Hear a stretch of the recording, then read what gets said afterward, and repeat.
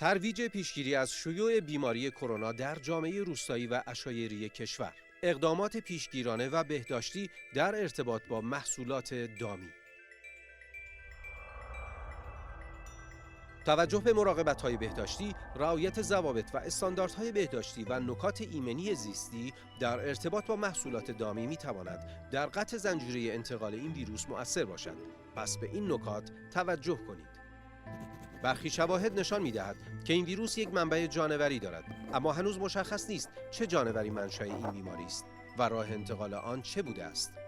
این موضوع نیاز به بررسی بیشتر دارد، اما امکان انتقال مکانیکی ویروس، یعنی از طریق تماس از انواع دام و محصولات دامی به انسان وجود دارد.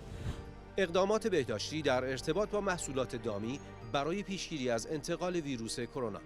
انواع گوشت مورد نیاز را از مراکز معتبر و تحت نظارت سازمان دامپزشکی تهیه و از قطعه کردن گوشت در قصابی اکیداً خودداری کنید. سطوح، چاقو و وسایلی که برای خرد کردن گوشت قرمز، مرغ و ماهی استفاده می‌شوند را قبل از استفاده مجدد به خوبی بشویید. هنگام کار با محصولات دامی، هنگام سرفه یا عطسه، آرنج خود را جلوی دهان بگیرید. اگر از دستمال استفاده می‌کنید، آن را در کیسه پلاستیکی قرار دهید و سپس در سطل زباله دردار بیندازید. اگر دچار زخم و آسیب‌های پوستی در ناحیه دست هستید، از تماس با گوشت و سایر فرآورده‌های خام دامی خودداری و اصول کامل بهداشتی را رعایت کنید. قبل و بعد از تماس با هر نوع محصول و فرآورده دامی باید دست‌ها را با آب و صابون بشویید و کاملاً ضدعفونی کنید. همچنین از دست زدن به چشمان، بینی و دهان خودداری کنید.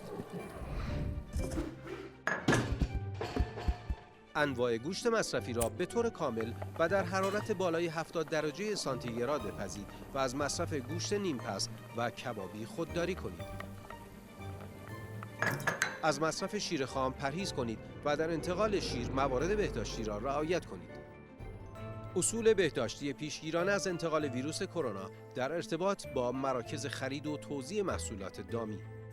هنگام مراجعه به بازارهای دام زنده، فروشگاه‌های عرضه گوشت یا ماهی تازه و دامداری‌ها از هر گونه تماس با دام زنده اجتناب شود.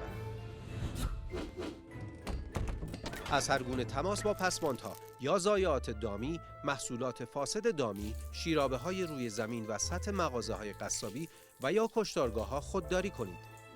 هر گونه خرد کردن گوشت مرغ، فراوری، تهیه جوجه کباب و شنیسل و طعمدار نمودن و کارهای از این قبیل در مراکز عرضه یا فروشگاه‌های فرآورده‌های خام دامی، واحدهای صنفی و غرفه‌های میادین میوه و تره‌بار ممنوع است.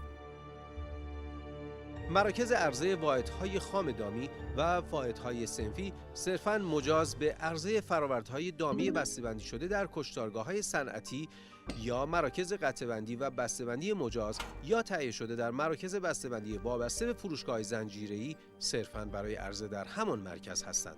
چرخ کردن گوشت فقط بنا به درخواست متقاضی و در حضور مشتری با رعایت ضوابط بهداشتی مجاز است. عرضه فرآورده‌های خام دامی نظیر گوشت، مرغ، تخم مرغ، آبزیان در بازارچه‌های محلی و خودروهای سیار و کنار جاده‌ای ممنوع است.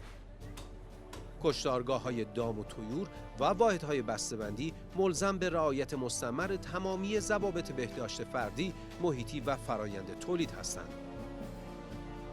مؤسسه آموزش و ترویج کشاورزی